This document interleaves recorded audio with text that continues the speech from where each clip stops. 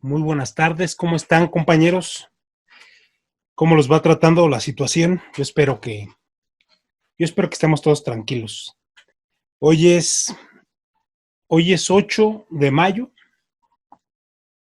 ya estamos próximos al Día de las Madres, así que bueno, por adelantado, pues un, un saludo a todas las mamás del grupo. Y bueno, pues vamos a continuar con nuestra clase de parroquia y religiosidad popular. Vamos a trabajar con la presentación, como en ocasiones pasadas. Así que, bueno, pues sería la sesión 3, donde realmente ya vamos a entrar, estuvimos viendo todo sobre el tema de parroquia, y ahorita pues ya vamos a trabajar sobre el tema de lo que es ya propiamente la religiosidad popular. Bueno, aquí viene un poquito el programa. Ya vimos tipos de parroquia, que es una parroquia, y vamos a comenzar con la definición ahora ya propiamente de religiosidad popular para enlazarlo con lo que hemos estado viendo. Bien. Aquí vamos a ver lo que es la definición de religiosidad popular. Déjenme ver si puedo mover este. Okay. Bueno, para poder llegar a la definición de religiosidad popular, el texto nos invita un poquito a entrar a esta expresión de folclórico, porque tiene una relación muy fuerte con esta expresión de religiosidad popular. Y aquí en la descripción vemos que esta palabra de folklore viene del inglés, del folk, pueblo, y lore, que quiere decir el saber. Entonces esto de folclórico, tiene que ver con el así como el conocimiento natural dentro de un pueblo. Por ejemplo, con lo que sabe el pueblo, tal como lo sabe el pueblo, lo que el pueblo piensa, lo que el pueblo siente, que es un conocimiento no académico, no escolar, sino natural, espontáneo, que va surgiendo como parte de una cultura. Aquí saqué un poquito la definición también de la Real Academia de la Lengua Española, y nos habla nos dice, bueno, que esto es un conjunto de costumbres, creencias, artesanías, canciones y otras cosas semejantes de carácter tradicional y popular. Esta expresión del folclore o folclórico. Vamos a ver también que este concepto de folclore se ve de una manera despectiva como algo, al ser algo del pueblo, algo se considera como algo que forma parte de la ignorancia del mismo pueblo, algo rústico, algo sin un sustento cultural. Es una visión que se tiene a veces en general en la sociedad, pero también es una visión que dentro de la iglesia se llega a tener. Muy bien. Ok, a ver, déjenme ver. Bien, dice, lo popular es la experiencia que se transmite por tradición y que va heredando y pasando de una época a otra. Entonces ya dejamos un poquito esta expresión del folclore, que está muy relacionado con la religiosidad popular. Entonces vamos entendiendo que esta experiencia de lo popular lo vamos a ir entendiendo como aquello que se va transmitiendo de una generación a otra y se va arraigando y manteniendo como una costumbre, y a veces bien curioso, ¿no? A veces irracional, o sea, la gente lo vive, aunque de suyo a veces no sabe ni por qué. Pueblo es, por tanto, la tradición o aquel grupo humano que tiene una especial sensibilidad para recoger y transmitir la tradición, lo tradicional. Son estas tradiciones que se transmiten oralmente, experiencialmente, y que por lo mismo están muy arraigadas y que los pueblos lo van viviendo. Dice, se ocupa de transmitirlo fielmente a las nuevas generaciones. Lo popular es lo opuesto a todo aquello que es lo oficial. Estamos apenas adentrándonos a lo que es la religiosidad popular. Entonces, en este sentido muy religioso, sí se llega a ver de una manera un poquito despectivo, y a veces en los ambientes religiosos, a veces en algún sector de sacerdotes, esta religiosidad popular, por ser popular, se mira con cierto desprecio y se ve como si fuera algo opuesto a, a la enseñanza y la doctrina propia de la iglesia, que sería como lo oficial. Se considera esta expresión de lo popular como lo opuesto a la autoridad. Sería algo que se podría considerar como lo opuesto a lo que aprendemos en la escuela, en los diplomados, en la universidad. Pero también podemos entender que esto de lo popular, al ser tradiciones muy propias de una región, es algo anterior a veces a la misma enseñanza, a, a los mismos análisis o a las mismas instituciones, porque va surgiendo de la expresión del pueblo. Dice, es lo que no es racional ni es racionalizado. Es decir, lo que se queda en un nivel de puro raciocinio o discurso racional, sino lo intuitivo, lo educido desde el adentro de ese grupo humano. Pues yo voy a confesarles que sí, yo también el tema de la religiosidad popular, no, yo no soy afecto a ella, no me, no me es no me es de suyo atractiva, aunque llego a disfrutar estas manifestaciones. Y a veces yo creo en el grupo, en alguna clase lo hemos platicado, ¿no? Cómo vemos que los pueblos, la gente, a veces tiene devociones a ciertos santitos, y es tanta la devoción que llega a rayar en el fanatismo, y también llega a no valorar lo que es lo importante, que en nuestro caso religioso es lo esencial, pues sería tanto la palabra de Dios como la Eucaristía, y que a veces la gente se queda muy atrapada en la imagen del santito, en la práctica, en las novenas. Entonces, bueno, y por lo mismo vamos teniendo como un choque cultural. A veces llegamos a descubrir cómo la gente, entre más estudios va teniendo, entre más preparación y profundización, entre más academia, también el tema de la religiosidad popular, pues se va quedando un poquito como en el olvido. Más sin embargo, vemos en el grueso de la gente, en los pueblos, en las comunidades, en las colonias, estas tradiciones son los que de alguna manera es como un reducto que los mantiene sujetos, en el caso religioso, pues a una fe, ¿no? Aunque esta fe, en algunas ocasiones, en algunas no siempre, sea una fe un poquito inmadura o infantil. Popular es lo que, proviniendo de una creación individual, el pueblo lo recibe como suyo y lo toma como propio, como perteneciente a un tesoro cultural.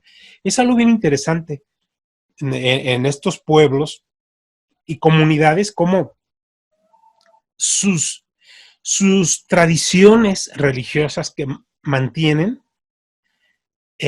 las celan, las cuidan, las preservan, ¿no? Como un verdadero tesoro. Es más, se pueden llegar a conflictuar, a generarse problemas muy serios cuando alguien les cuestiona. Mi acercamiento más práctico fue estando en misiones, y esto ahorita voy saliendo en el tema constantemente, pero eh, a este lugar donde yo llegaba, a Oaxaca, pues la costumbre, y así le llamaban, la costumbre era el sacrificio de gallinas que se ofrecían a, a Dios Padre y a la Madre Tierra. Y tuve muchas experiencias en ese lugar sobre este tema, pero me acuerdo de una ocasión como el encargado del pueblo, como se dio cuenta que empezaron a haber muchos sacrificios de gallinas, y que los misioneros nos habíamos dado cuenta, aunque el sacerdote estaba enterado, pero en el pueblo procuraban como cuidar esta actividad. Entonces, y fue mucha gente, o sea, se salió de control. Entonces, los misioneros nos tocaba ver sacrificios, nos tocaba ver cómo llevaban las gallinas, se metían al templo a hacer los sacrificios. Entonces, el encargado del pueblo nos, un poquito como molesto, ya al día siguiente sí nos dijo que era algo que nosotros no podíamos entender y que eso ellos no lo iban a dejar de hacer. Así un poquito como él manteniendo, ¿no?, ese celo de que, bueno, ustedes sus cosas no nos vayan a criticar ni se les vaya a ocurrir, porque nadie les sacó el tema, pero ellos cuidando y preservando algo como sagrado, esa costumbre. Entonces, estas, estas tradiciones o esta religiosidad popular, pues sí tiene todo ese tinte como de mito, sagrado, que rodea una actividad y que de suyo es irracional, mas sin embargo la gente lo cuida, lo preserva, lo quiere, le da identidad. Dice, y al usarlo o repetirlo, no lo hace de un modo cuasi pasivo. O sea, cada vez que la gente lo hace sus prácticas, sus costumbres, de este tipo de religiosidad, realmente son experiencias espirituales. O sea, ellos lo viven con todo su ser. No pasa como a veces a nosotros en misa, ¿no? Que con nuestras liturgias, que a veces está la expresión de que es aburrida. No, la gente allá lo vive, es una experiencia. Y, y esto es así porque interviene en esta religiosidad popular, pues interviene mucho elementos imaginativos, hay mucho mito en torno a eso, y también hay mucho de emociones, de sensaciones, de afectos, ¿no? Y aparte el pueblo le va aportando esa riqueza, por lo mismo va haciendo algo, son costumbres que el pueblo las siente propias porque cada quien le aporta, ¿no? Se sienten como en esa libertad. Y por lo que, como dice aquí, ¿no? Y entonces las mismas comunidades, al irle aportando, la van enriqueciendo y se van identificando con esas prácticas. Dice, las religiones populares son interpretadas como gritos del pueblo. Y como transacción entre pueblo y poder, es la plural realidad del pueblo, aunque algunos en la iglesia han criticado lo popular de pueblo como sinónimo de grosero, burdo, ordinario, supersticioso, de ser crédulo, ignorante o sumamente negativo. Y es donde se dan los grandes choques culturales entre comunidades y lo que sería la autoridad religiosa. Esto hablándolo pues ya en la dimensión propiamente de la pastoral, del tema religioso, porque bueno, podemos hablar todo esto desde muchas perspectivas, ¿no? Desde una sociología, una antropología, pero desde lo religioso que también conlleva estas realidades, vamos viendo que sí, o sea, el pueblo ve a la autoridad religiosa como algo necesario, pero el pueblo es capaz de romper con esa realidad religiosa si esta autoridad religiosa no respeta o no permite que el pueblo realice sus costumbres, tradiciones populares. Regreso a mi ejemplo en Misiones. Ahí a donde yo llegaba, que era una comunidad mije, indígenas mijes, que están a cargo de una prelatura, que es un obispo, un prelado, pero es salesiano, es de las comunidades salesianas. Los sacerdotes que allá tienen pues, son salesianos. Y al menos en la ciudad donde yo llegué, que era Tamazulapan, se llama este poblado, aparte me platicaban, ¿no? Que donde estaba construida la iglesia de este pueblo de Tamazulapan, ahí anteriormente había existido un altar indígena a la madre tierra, o sea, porque el culto ancestral era la madre tierra. Entonces ahí se había sentado. Entonces cuando llegan los españoles, en ese caso llegaron los dominicos del siglo XVI, entonces construyen la iglesia sobre el lugar de culto indígena, pretendiendo que con esto, bueno, como reemplazar la religiosidad de su culto ancestral naturalista con la nueva fe. Pero pues todo pasó que hasta la fecha la gente sigue viendo el lugar de la iglesia, del templo, como el lugar de culto. Entonces para la gente, y ya han pasado más de 500 años, entonces para la gente es necesaria ir a ese lugar de culto, o a ese, es que realmente lo que tenían era un altar. Entonces para la gente era importante llegar al altar, al lugar del altar, y ahí hacer estos sacrificios animales, donde, bueno, cuando la gente tiene un problema en ese lugar, hace un ofrecimiento de sacrificios de gallinas, y según sea tu problema, o según sea la atención que quieres de la deidad para contigo, pues así es el número de gallinas que tienes que sacrificar. Entonces hay gente que llega a sacrificar 100 o más de 100 animales, y que después se los tienen que comer, pero bueno, comparten con el pueblo. Entonces, la gente hace el sacrificio en estos altares,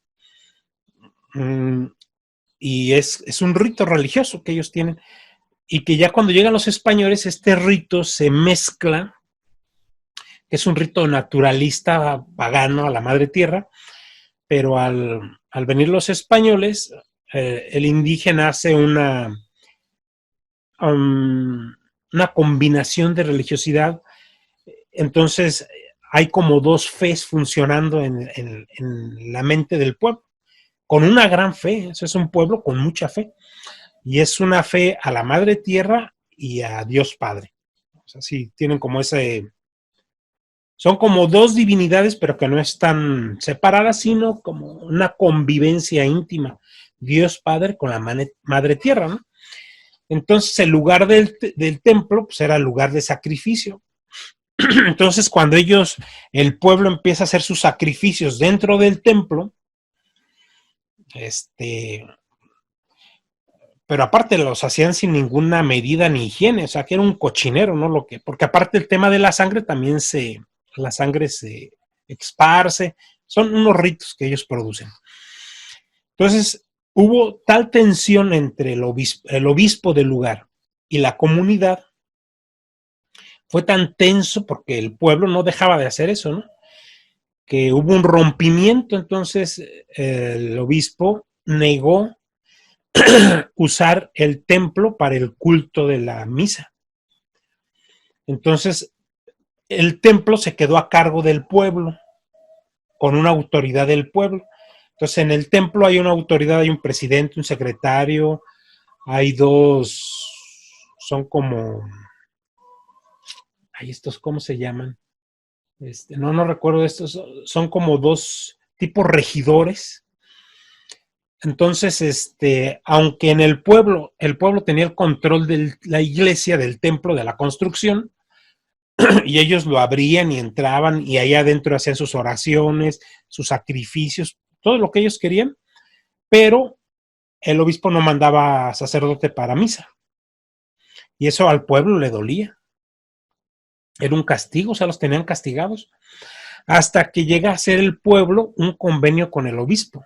Entonces el obispo, aquí es donde vamos viendo, ¿no? Como por un lado tenemos el obispo que representa lo institucional, la autoridad, la doctrina, y por otro lado tenemos una costumbre popular que fue una mezcla entre la religiosidad pagana indígena y la religiosidad cristiana.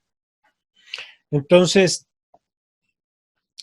para el pueblo era necesario pues que hubiera ahí un padrecito, que el padrecito, porque en el padrecito ven la autoridad de Dios, ven su bendición, ven las oraciones del Padre como algo poderoso, la misa, los sacramentos, o sea, todo lo ven bien. Entonces tuvieron que hacer una negociación y la negociación era que la gente no podía hacer uso del altar de la iglesia para hacer sacrificios de gallinas, sino que los sacrificios los podían hacer en lo que era el pasillo central, sí, en el pasillo central.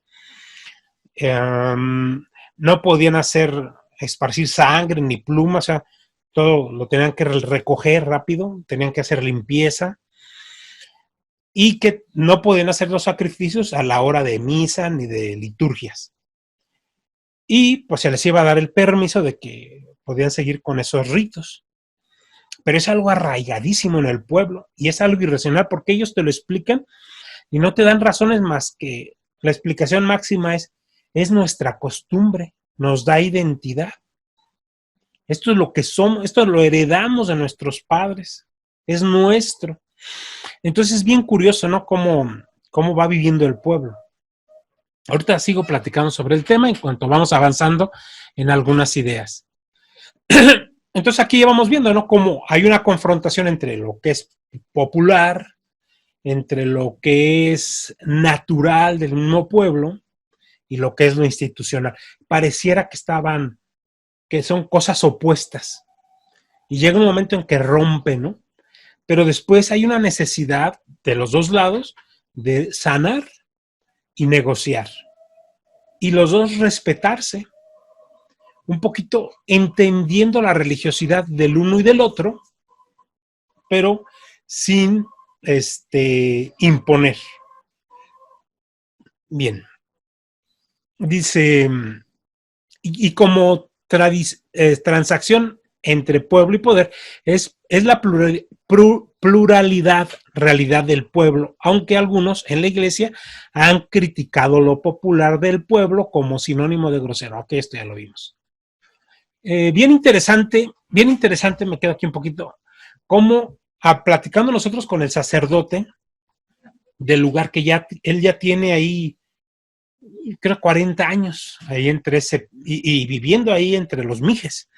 Entonces, el sacerdote pues, ya está totalmente compenetrado y asimilado a la cultura mije. Para los que íbamos como nuevos, en este caso los misioneros, estas costumbres eran grotescas, nos choqueaban culturalmente y religiosamente. Vaya, o sea, nos escandalizábamos. El sacerdote ya no, pero porque el sacerdote mentalmente ha tenido que entender otra cultura, ¿no? Y adaptarse en lo que sea adaptable, pero también sin traicionar lo que es esencial. Lo que es esencial, son los sacramentos, que es nuestra liturgia, nuestras oraciones, eso el sacerdote no lo no lo intercambia. Pero lo que sí es la tolerancia a ciertos actos. Y todo con sus límites, ¿no? Entonces, bien curioso porque el sacerdote nos platicaba cómo con otros sacerdotes de la región hacían estudios, investigaciones, discernimientos sobre el tema, ¿no? Si aquello estaba bien o mal. O sea, había todo el obispo, o sea, todo el mundo pensando, analizando el tema, ¿no? Entonces el mismo sacerdote decía cómo había sacerdotes de otros pueblos que estaban conflictuados con el tema y prohibían al pueblo, y él platicaba, ¿no? Como había pues un roce fuerte, una relación intensa entre sacerdote y comunidad, pero se toleraban por necesidad, ¿no? El pueblo ocupa sacerdote, el sacerdote ocupa al pueblo. Y cómo había sacerdotes, pues que iban aceptando, iban llevando una actitud pastoral de alguna manera ecuménica. Él era entre ellos, y después nos platicaba cómo en un principio pues eran sacerdotes misioneros. Por ejemplo, el sacerdote con quien llegábamos, pues él es de Guadalajara, ¿no? Él es un criollo como nosotros. Y pero ya ahorita ya hay sacerdotes nativos, o sea, sacerdotes indígenas. Entonces nos platicaba que en esta investigación, en este análisis, diálogo sobre el tema, dice que a veces los mismos sacerdotes indígenas eran a veces los más duros en aceptar esa costumbre en sus mismos pueblos, ¿no? Porque, bueno, el sacerdote indígena ya había logrado, a algunos de ellos, superar el tema de estas costumbres que eran claramente semipaganas y que el sacerdote pues ya las veía insuficientes y las veía como algo innecesario. Más bien sacerdotes criollos, venidos de fuera, pues veían esa costumbre como algo folclórico, ¿no? O sea, son temas interesantes. Bien, dice, el catolicismo popular es la síntesis de un cristianismo implantado en las poblaciones rurales de Europa tras insertarse en sus creencias religiosas.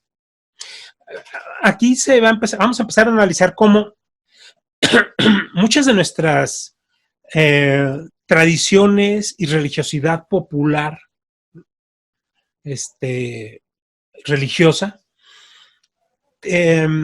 pues no son a veces cosas muy propias aquí de nosotros o de Latinoamérica, sino ha sido el resultado de una mezcla dentro de las tradiciones culturales en diferentes momentos de la historia del cristianismo y muchas que nos han llegado desde Europa. Por ejemplo, aquí nos habla también de que hay una mezcla en nuestra religiosidad popular, en unos lugares más, en otros menos, pero hay una mezcla de una religiosidad a la tierra, lo que yo ya les mencionaba, ¿no? Por ejemplo, al pueblo donde yo llegaba, es muy alto esta religiosidad natural a la tierra. O sea, en la boca de todo el pueblo está la expresión de la madre tierra. Cada vez que ellos van a comer un alimento, lo primero que agarran con la cuchara lo tiran a la tierra, precisamente en ofrecimiento y agradecimiento a la madre tierra. Son expresiones religiosas muy bonitas, con mucho sentido espiritual y religioso. O sea, es el agradecer a la tierra por el fruto que te dan, y entonces tú se lo devuelves, ¿no? Tantito. Entonces, a esto se le llaman religiosidades naturalistas a la madre tierra. O sea que de suyo no es tan mal. O sea, de suyo yo no lo veo. Después de varios años que estuve yendo, terminé por entender que no es tan mal, porque es parte de una fe, pero ellos no han llegado, porque ellos siguen viendo la naturaleza parte de la creación de un solo Dios. O sea, hay un Dios que creó una naturaleza, pero esta naturaleza es como sagrada, ¿no?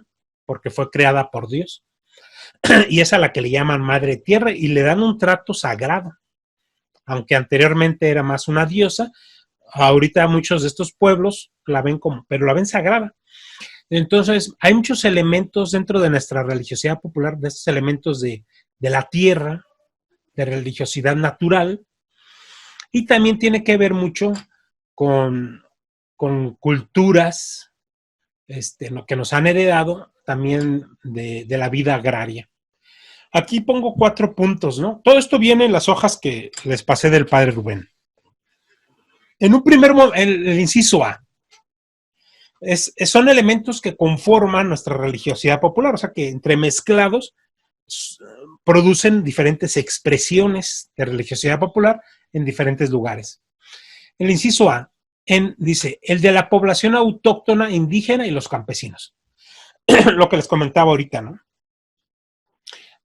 Muchas de las expresiones de religiosidad popular de diferentes lugares es una herencia que les viene ancestral y ellos mismos se enorgullecen. Esto lo recibimos de nuestros padres, de nuestros abuelos, por eso nos identifica, por eso la amamos, la respetamos, la cuidamos, la veneramos, porque es una herencia de los padres. Bien, ese es un primer elemento dentro de esta religiosidad popular. Un segundo elemento, el de las religiones mistéricas, mezcladas con la religión romana. Eso es bien interesante, ahorita en la siguiente diapositiva lo vamos a ver, pero vamos a recordar que la fe cristiana es una herencia del judaísmo y tanto en el judaísmo como a inicios del cristianismo no existían imágenes religiosas, no había un culto a imágenes. Es más, en el Antiguo Testamento y en la religión judía está prohibida las imágenes. Y los primeros cristianos así lo vivían. ¿En qué momento empiezan a entrar la imaginería, las imágenes a la religiosidad popular cristiana? Pues conforme el cristianismo empieza a ser aceptado y a convivir con el Imperio Romano. Una vez que ya hay una convivencia entre el mundo cristiano y el Imperio Romano que sí vivía con muchas deidades y que usaban pequeñas imágenes para casa. O sea, esto de las imágenes para la casa era algo común entre el mundo pagano. Vamos a recordar en el libro de Hechos de los Apóstoles cuando Pablo va a Éfeso y nos dice que los orfebres de Éfeso se abalanzan contra Pablo y lo denuncian y hacen un escándalo en Éfeso porque Pablo les estaba diezmando la venta de imágenes de la diosa Artemisa, ¿verdad? Porque había producción de imágenes y la gente los compraba para la casa. Lo mismo que nosotros hoy hacemos con nuestras imágenes de la Virgen de Guadalupe o los Cristos para nuestras casas. Eso es algo que en el mundo pagano se vivía, era lo cotidiano. Entonces, el paganismo, y en esta convivencia con el Imperio Romano, el paganismo le aporta al cristianismo este tema de las imágenes. Y que por ahí con los protestantes, pues es donde hay algún tema, ¿no? Pero que de suyo el tema de la imagen, o sea, y que la misma iglesia lo tiene que ir como actualizando y reentendiendo estas nuevas formas de expresión popular ahí por el siglo IV, V en adelante de nuestra era. Bien, un tercer elemento que tiene que ver con la religiosidad popular es el de los nuevos pueblos que irrumpen en otros por medio de las invasiones. ¿Verdad? Estas culturas que nos llegan por los invasores y que se mezclan con nuestra cultura religiosa y bueno, van generándose nuevas expresiones. Incisos D. El de la evangelización infundida por los misioneros cristianos. Después de estos 3 elementos viene el cristianismo y aporta una cultura religiosa, pero esta cultura religiosa se mezcla con el naturalismo de la religión original, se mezcla con elementos del paganismo y se mezcla con elementos que nos llegó importados de otras culturas. Entonces ahí es donde vamos a tener este reflejo en nuestras realidades, de nuestros pueblos, comunidades, etnias. Aquí, por ejemplo, yo pongo esta imagen de este árbol de la vida, ¿no? es una artesanía michoacana y que si lo analizamos, pues es una imagen con un origen pagano, que nuestros pueblos lo hacen y le dan un sentido religioso y religioso cristiano, pero tiene un origen desde el paganismo, ¿no? La, el tema de las imágenes, las esculturas que ya los paganos producían.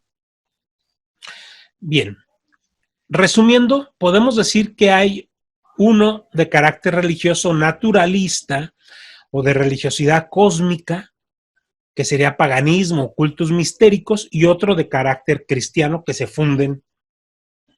La suma de estos estratos es lo que llamamos catolicismo popular.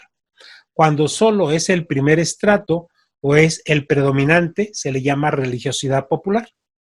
El catolicismo popular puede ser un lugar privilegiado para la toma de conciencia del ecumenismo. Entonces, en el cristianismo debemos aprender a convivir con estas expresiones populares y esto nos ayuda también, no solamente a una tolerancia, porque te tengo que aguantar, sino una aprender a entender su pensamiento, a encontrarle la riqueza a su espiritualidad y a convivir, ¿no? Respetando. Muy bien. En esta otra diapositiva, es un poquito para reforzar lo que estábamos hablando, pongo en un primer momento, esta es una imagen de una romana que le está llevando frutas en ofrenda a estas deidades romanas que están, son unas pequeñas esculturas de casa. Es una pintura muy bonita esta. Y aquí tenemos esta, que ha de ser la hija, ¿no? De esta señora romana, esta hija ofreciendo incienso a estas imágenes romanas, que son los orígenes de nuestras imágenes cristianas. Después aquí pongo dos imágenes que son de diferentes catacumbas en Roma, y vamos a ver cómo ya ahí en Roma, precisamente en las catacumbas, estos cristianos romanos van aportando ya en este siglo, ya aquí en lo que sería el siglo tercero, cuarto, porque empiezan ya en Roma desde el siglo segundo, tercero, cuarto, empiezan los cristianos, pero son cristianos romanos, a aportar imágenes a la cultura cristiana. Entonces empezamos a ver estas imágenes, por ejemplo, del buen pastor, que para nosotros es un Cristo de lo más extraño, pues no tiene barba, es un muchachito, pero es la expresión de una religiosidad popular de un romano del siglo tercero de nuestra era. O acá arriba tenemos otra imagen de, aquí es un Pantocrátor, ya es un Cristo con barba, y que también está en una catacumba, y que, bueno, y al lado están dos santos. Está el Cristo, está custodiado por dos santos. Y que esto es una herencia desde Roma, ¿no? Desde que ya no son paganos, son cristianos que desde su cultura romana, ellos plasman y le aportan al cristianismo imágenes. Muy bien. El catolicismo popular se construye sobre materias anteriores al cristianismo. Los santos, sus devociones, su culto en el cristianismo confirman nuestra tesis de la acción evangelizadora y pastoral de la Iglesia, asumido siempre ciertas realidades paganas, bautizándolas, incorporándolas a un propio sistema de creencias y práctica de símbolos, ritos y comportamientos. O sea, ¿qué hace el cristianismo cuando empieza a convivir con estas nuevas expresiones que vienen desde el paganismo? Pues la Iglesia, claro, hay algunos en la Iglesia que se escandalizan, pero había hombres muy sabios, sobre todo misioneros, que veían en estas expresiones desde el paganismo como un lenguaje que si el misionero lo usaba y lo aplicaba con un nuevo sentido cristiano, podía ser un lenguaje muy eficiente para la evangelización. Bien, dice, aquí por ejemplo pongo la imagen, ¿no? Es un sacerdote vestido a modo de las tradiciones tarascas aquí en Michoacán. Y entonces, si es un sacerdote, pues que no es nativo del lugar, pues tiene que convivir, ¿no? Con toda esta escenografía, estas flores, esta vestimenta especial, que tiene todo un sentido para estos pueblos y un fuerte sentido religioso, y que el sacerdote tiene que reconocerlo con humildad y convivirlo porque es parte de la evangelización para con el pueblo. La religiosidad popular está marcada por la devoción a una figura femenina. Ya les platicaba yo de mi experiencia, ¿no? Con la Madre Tierra, y que es la imagen que pongo acá abajo, miren, es la famosa Madre Tierra, que es una de sus muchas imágenes con que se presenta. Pero que después en el cristianismo poco a poco también se fue viendo que pues esta Madre Tierra pues tenía un símil con nuestra expresividad cristiana, y pues tenemos ahí una imagen de la Madre, ¿no? Que es María, y la cual poco a poco en la historia del cristianismo se va acrecentando esta imagen también para destacarla y que puede entrar en diálogo como un elemento femenino con el cual los pueblos paganos ya estaban acostumbrados, ¿no? Busca celebrar sus fiestas en tiempos y lugares privilegiados. Semana Santa, domingo, celebran el nacer, bautismo, crecer sexual, matrimonio. Pues todo para estos pueblos, todo para los pueblos nativos tiene un sentido de reflexión, de manifestación, de festividad, de culto. Bueno, entonces ya vimos un poquito lo que es el folclore, religiosidad popular, el tema de lo popular, que son las culturas y expresiones propias del pueblo, que a veces se oponen un poco a lo académico, a lo institucional. Ahora vamos a esta expresión de religión, ¿no? Para entender ya los conceptos de religión popular o religiosidad popular. Entonces ya vimos lo popular y que como tal, pues existe una enseñanza, una cultura, una sabiduría propia del pueblo, ¿no? Entonces, esta la saqué de la Real Academia Española, religión, y nos dice que viene del latín, el religio, ¿no? Del religar, que es un conjunto de creencias o dogmas acerca de una divinidad. Religiosidad o religión es un conjunto de creencias o dogmas, ¿no? Entonces hay creencias y dogmas. Sentimientos de veneración y temor hacia ella, de normas morales para la conducta individual y social, y de prácticas rituales, principalmente la oración y el sacrificio para el dar culto. Entonces vamos viendo que una religión o la religiosidad son enseñanzas, algo que sabemos, vivimos, aceptamos, pero por otro lado tenemos los rituales, la práctica, ¿no? Que ya es la manifestación de eso que se cree y que tiene que ver con la parte de la oración, sacrificios,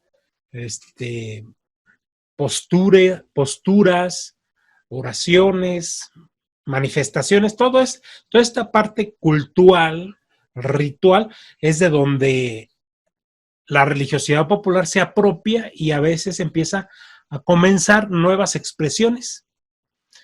En un segundo punto, sobre esta definición de religión, ahí en la Real Academia dice virtud que mueve a dar a Dios el culto debido. Punto 3, profesión y observancia de la doctrina religiosa. Bueno, entonces vamos a dejarlo hasta ahí para entender, bueno, que religión pues es una unión con Dios, el religarnos, y que es a partir de algo que creemos, de una doctrina, y esta la llevamos y la expresamos a través de rituales, y estos rituales están compuestos de oraciones, de prácticas, posturas corporales, manifestaciones. Ok. Mm, ahí en el documento que nos da el padre Rubén, él hizo una investigación ahí desde la Congregación para la Doctrina de la Fe, para ver un poquito qué dice esta congregación desde el Vaticano, ya que es la encargada de regir y darle como mm, la veracidad, ¿no?, de lo que está bien y lo que está mal dentro de la iglesia. Entonces, en esta congregación hablan un poquito sobre la religiosidad popular y dice esta religiosidad popular, dice la Congregación para la Doctrina de la Fe, la religiosidad popular constituye una expresión de fe. Es una forma de comunicar la fe de un lugar, de un pueblo. Dice que se vale de elementos culturales de un determinado ambiente, interpretando e interpelando la sensibilidad de los participantes de manera viva y eficaz. Entonces, en estas comunidades que ya tenían sus propias culturas, sus propias manifestaciones, sus propias idiosincrasias y sensibilidades, pues le aportan, ¿no? Y van comunicando su fe. La religiosidad popular, que se expresa de formas diversas y diferenciadas, tiene como fuente, cuando es genuina, la fe y debe de ser, por tanto, apreciada y favorecida. En la misma Congregación para la Doctrina de la Fe dice, debe de ser valorada esta religiosidad popular.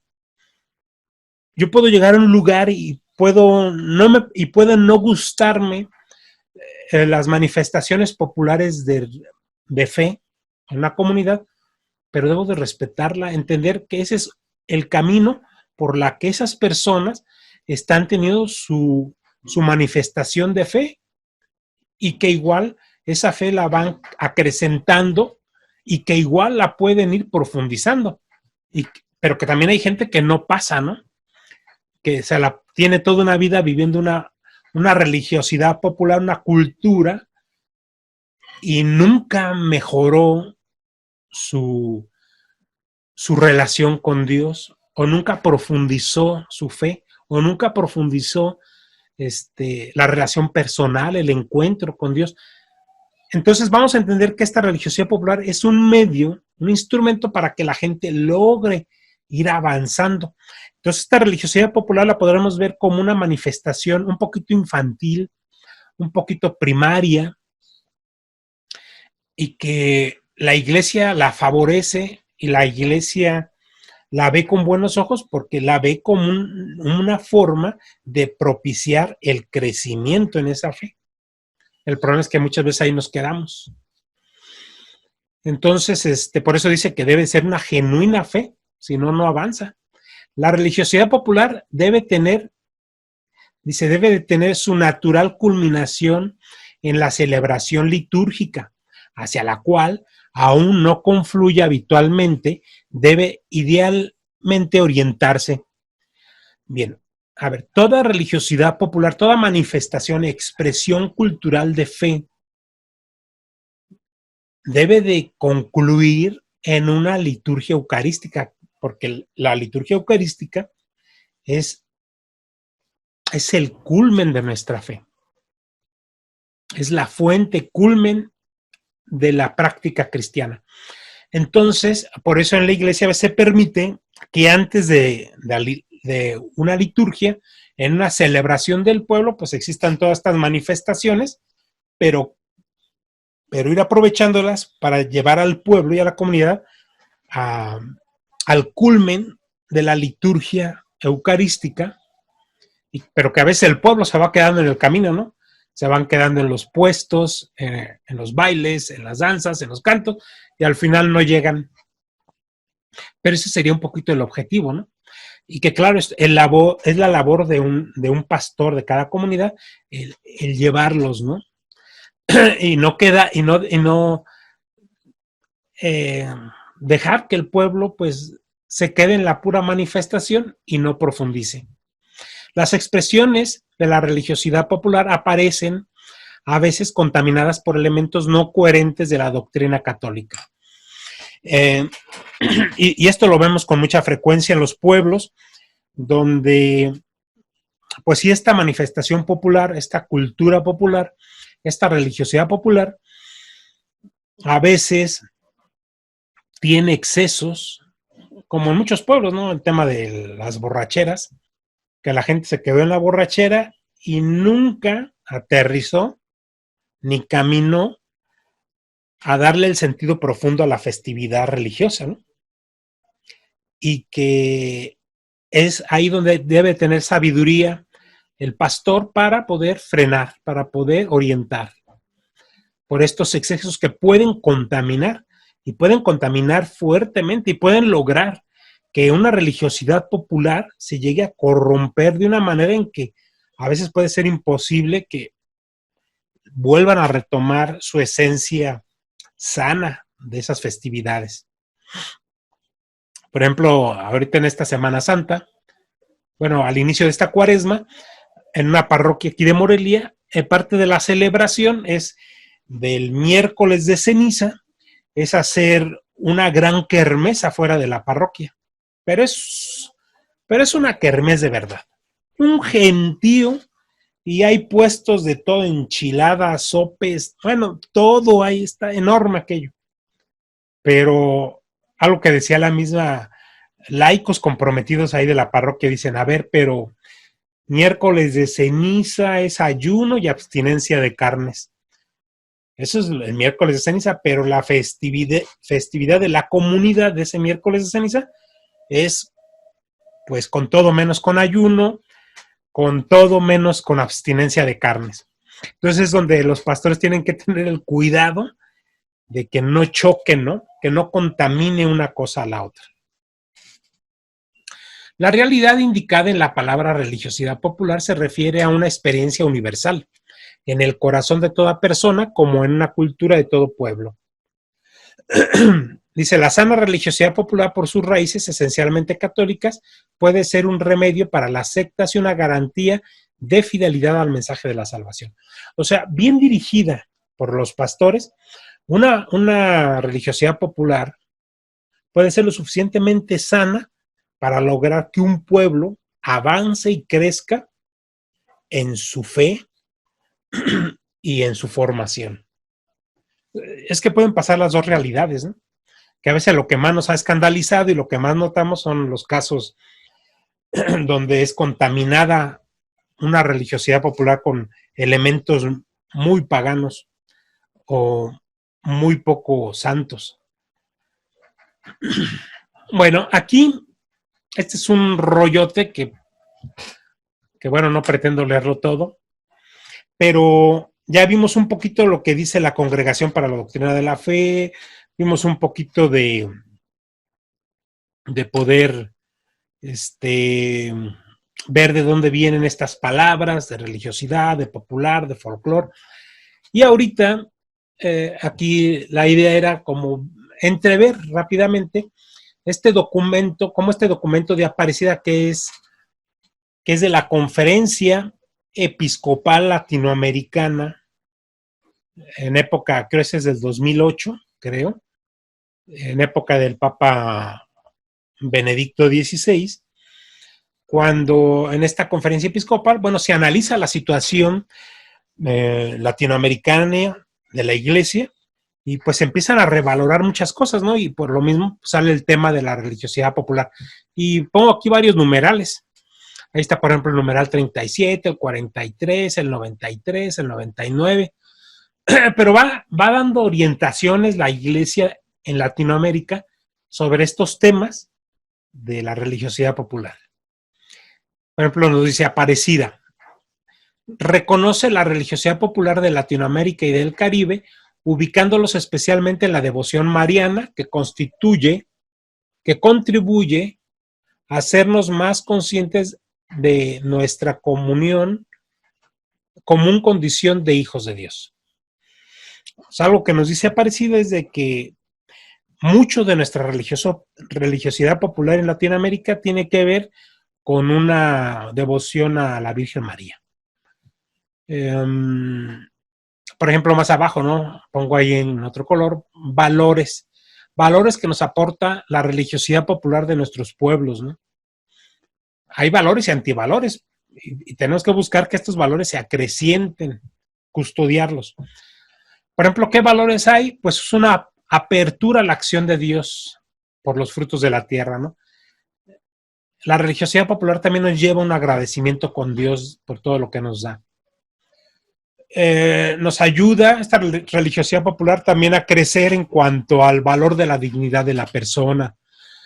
Nos ayuda a estar mucha religiosidad popular al revalorar a la familia, la solidaridad y el trabajo, porque para realizar todas estas festividades hay una colaboración entre varios. Entonces van creciendo valores.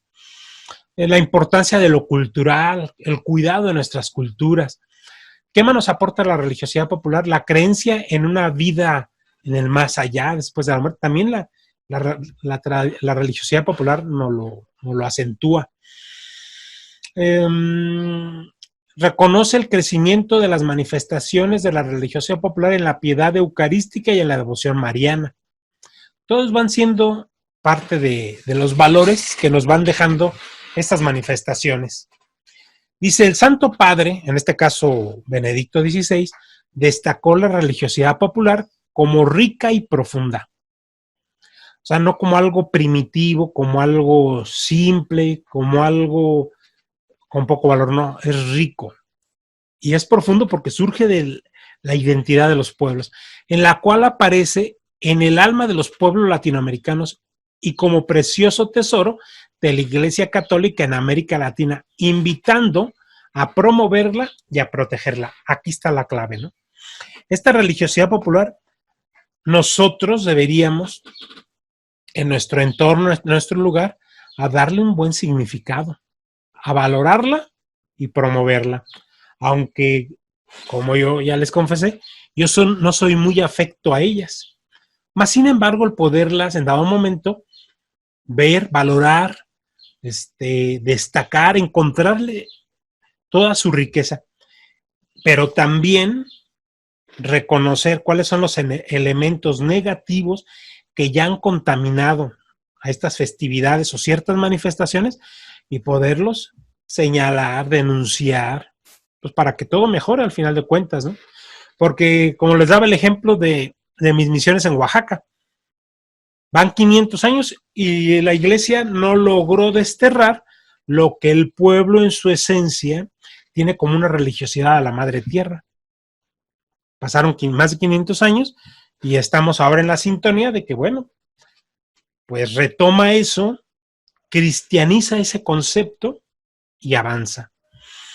Bueno, les voy a dar otro ejemplo que viví ahí en estas misiones y con el mismo tema, porque eso era recurrente, era de todos los días.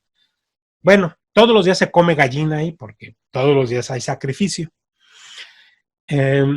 Ahí junto con nosotros estaba un diácono, bueno, todavía no era diácono, pero es un señor, yo creo que todavía, pero ya tiene 70 y tantos años, es un indígena mije de ahí de la comunidad, él es nativo de ahí de la comunidad, él es casado, es un hombre bueno, son de estos hombres de corazón de pollo, corazón bueno, y es el brazo derecho del padre, pues con el que nosotros íbamos. Y él, pues él como estaba en formación para diaconado, él lo mandaban pues a cursos de formación, tenía sus momentos de formación, que este hombre ya había logrado superar este concepto de la costumbre del sacrificio de animales. Entonces él ya lo veía hasta con cierto, no lo despreciaba, porque él entendía que era parte de su cultura, pero sí entendía que aquello ya no era necesario.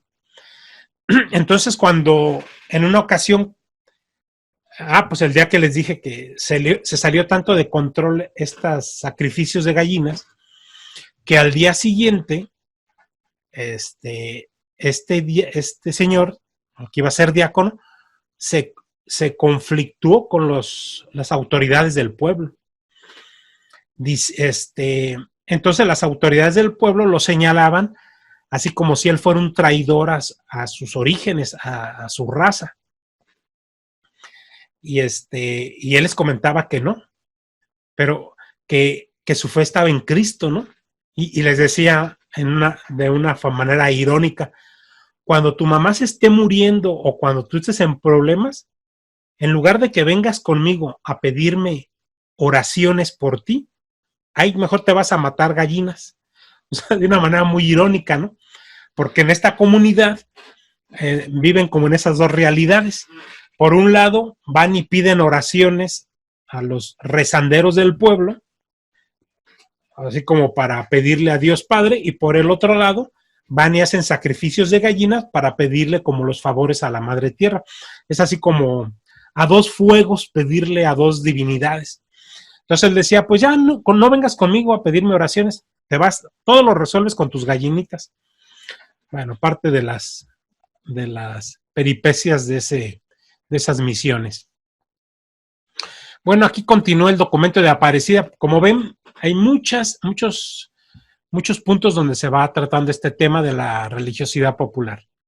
Dice, no se puede devaluar la espiritualidad popular como algo secundario porque sería olvidar el primado de la acción del espíritu y la iniciativa gratuita del amor de Dios. O sea, nos está diciendo Aparecida que estas expresiones de religiosidad popular también son fruto de una motivación que el Espíritu Santo hace sobre esa gente. O sea, el Espíritu Santo te va moviendo o los va moviendo desde una religiosidad popular, ¿no?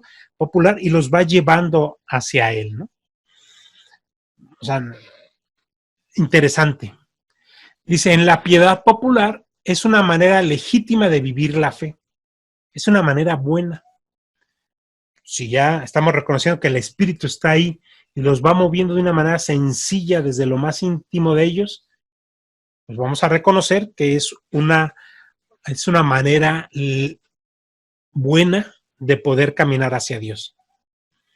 Dice, un modo de sentirse parte de la iglesia y en una forma de ser misioneros donde se acogen las más hondas vibraciones de América Latina.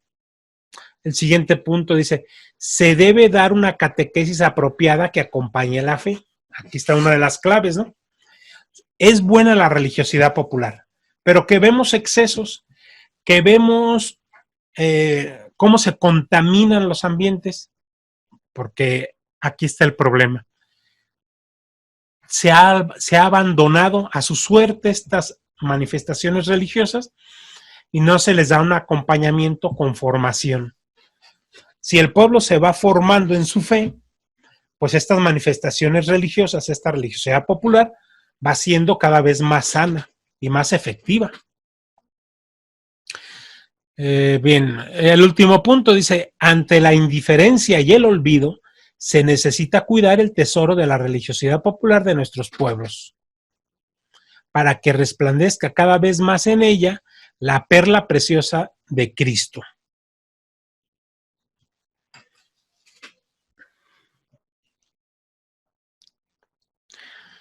Muy bien.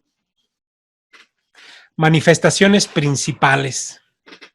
Ya aquí nos vamos a ir más rapidito. En este punto sería ver un poquito, bueno, toda esta religiosidad popular pues va en torno pues a un santo patrono, que puede ser un santo, o puede ser un Cristo, o puede ser una devoción de la Virgen María.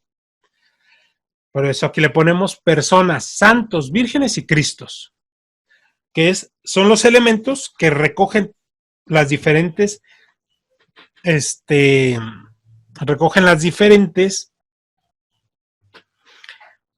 religiosidades populares. A ver, ok. Por un lado tenemos a los santos. El tema de los santos, esto hasta me gustaría verlo en la siguiente sesión, porque es un poco amplio, pero el tema de los santos es un elemento que dentro de la iglesia sí comienza, la devoción a los santos comienza desde la iglesia primitiva, pero tiene unos tintes muy peculiares. Por ejemplo, el santo era aquel que daba su vida por Cristo, era mártir, y al momento en que moría, o sus restos eran cuidados, preservados, eran venerados, viendo en él a un otro Cristo, ¿no? Aquel que se hizo igual a Cristo y murió por él. Por lo tanto, había una veneración, pero de sus restos, de sus cosas, ¿no? Su vestimenta. Por lo tanto, se empezaban a hacer, en torno a su sepultura, se empezaban a hacer algunos nichos donde la gente iba a hacer oración, donde se le veneraba. Después del nicho se empezaba a construir algún tipo de capillita. En algunas ocasiones llegó a terminar siendo una basílica, como en el caso del Vaticano, donde están los restos de San Pedro. Se sabe con seguridad que es San Pedro, porque en un primer momento era un pequeño altar lo que se tenía, pero como toda la iglesia de Roma le daba culto a ese pequeño altar, había ya toda una tradición popular de que ese era el lugar del entierro y estaban los restos de Pedro, que eso es durante el siglo segundo, tercero, o sea, hay un vox populi y la gente custodia el lugar, lo venera, lo cuida. Cuando en el siglo IV Constantino le da luz verde a la iglesia, le da una legalidad, entonces la gente comienza, no, el mismo Constantino va y hace sobre ese pequeño altar, construye una pequeña iglesia, pero porque ya había una tradición de que ese era el lugar de los restos del apóstol. Entonces ya el emperador construye una primera iglesia que con el tiempo se va un poquito agrandando, hasta que ahí por el siglo XV, XVI, la iglesia se ve en la necesidad de hacer una basílica, uno, mayor número de fieles, dos, la construcción de Constantino ya era muy vieja, obsoleta, pero lo hacen sobre el mismo lugar de Constantino. O sea, históricamente se va señalando el lugar. Entonces, cuando ya el Papa Pío XII da la autorización de buscar los restos de Pedro, pues realmente ahí se los encuentran y están marcados. O sea, al llegar a estos túneles subterráneos que había debajo de la basílica, habían inscripciones de que ahí estaba Pedro. O sea, no nada más que te encontraste unos restos, sino había una devoción en torno a esos restos. Yo aquí la escena que pongo es la imagen de San Ignacio de Antioquía, que es es un santo del siglo, finales del segundo, no sé si llegó al tercer siglo, pero él muere mártir, ahí precisamente en Roma, devorado por los leones. Él era de Antioquía, y él escribe varias cartas, y algunas de ellas antes de ir al martirio, donde él mismo pedía, ¿no?, que le permitieran llegar a morir en las fauces de los leones. Y lo pongo aquí porque pues, es una iconografía antigua donde, bueno, ya se le venera, ¿no?, a este santo por su acción de entrega de fe al Señor. Dice, dicho positivamente, los santos son sus devociones, su culto en el cristianismo, confirma nuestra tesis de que la acción evangelizadora y pastoral de la Iglesia ha asumido siempre ciertas realidades paganas, bautizándolas, incorporándolas a su propio sistema de creencias. Poco a poco, estos santos, que en un principio se les daba devoción a sus restos, poco a poco se empiezan a elaborar íconos, imágenes en torno al santo, que es donde ya viene la mezcla con este paganismo, ¿no? En su raíz y origen, el culto a los santos arranca de la devoción de los primeros mártires cristianos y de sus reliquias. Para guardar esas reliquias se construyen iglesias, basílicas o ermitas que no tardan en convertirse en centros de peregrinación. Las reliquias son también enviadas a sitios lejanos. Son buscadas ansiosamente y trasladadas con mucha frecuencia. son trasladadas con mucha frecuencia. Así surgen nuevos lugares de culto y todo un trasiego de restos mortales de los mártires y milagros de tales reliquias.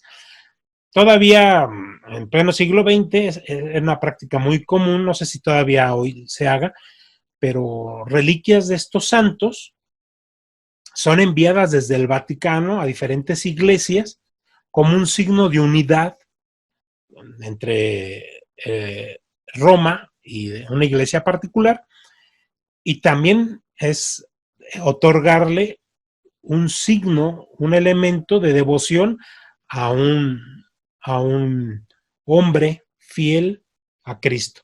Y muchas veces de estas reliquias se usan para ser depositadas dentro de los altares de nuestras iglesias. A veces en el altar de nuestra iglesia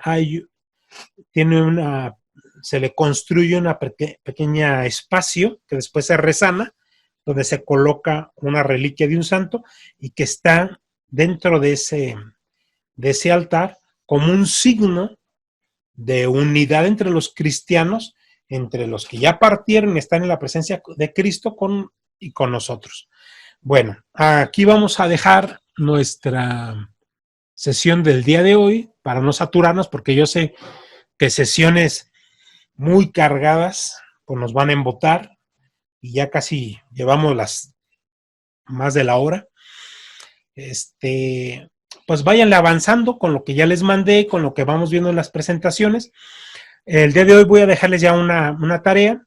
La tarea es sobre religiosidad popular y va a consistir en que les voy a mandar también por WhatsApp un link es un pequeño video muy cortito que explica, es muy ameno, sobre religiosidad popular, y la idea es que lo analicen y a través de unas preguntas pues lo vayan contestando para de esa manera dejar constancia de que vieron ese video y lo analizaron.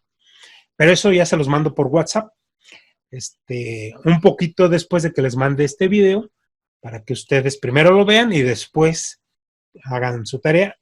Y bueno, pues ya la próxima semana terminamos con este tema y entraríamos al último estirón de nuestro ciclo escolar. Pero por lo que yo veo, esto va a seguir siendo a distancia y digital. Entonces, pues, ya les diré de qué se trata lo que sigue. Les encargo mucho sus trabajos, sus tareas, para que podamos avanzar y yo pueda tener también la chance de poder asentar una calificación en sus listas. Les agradezco mucho, que tengan una bonita tarde y que Dios los bendiga. Gracias.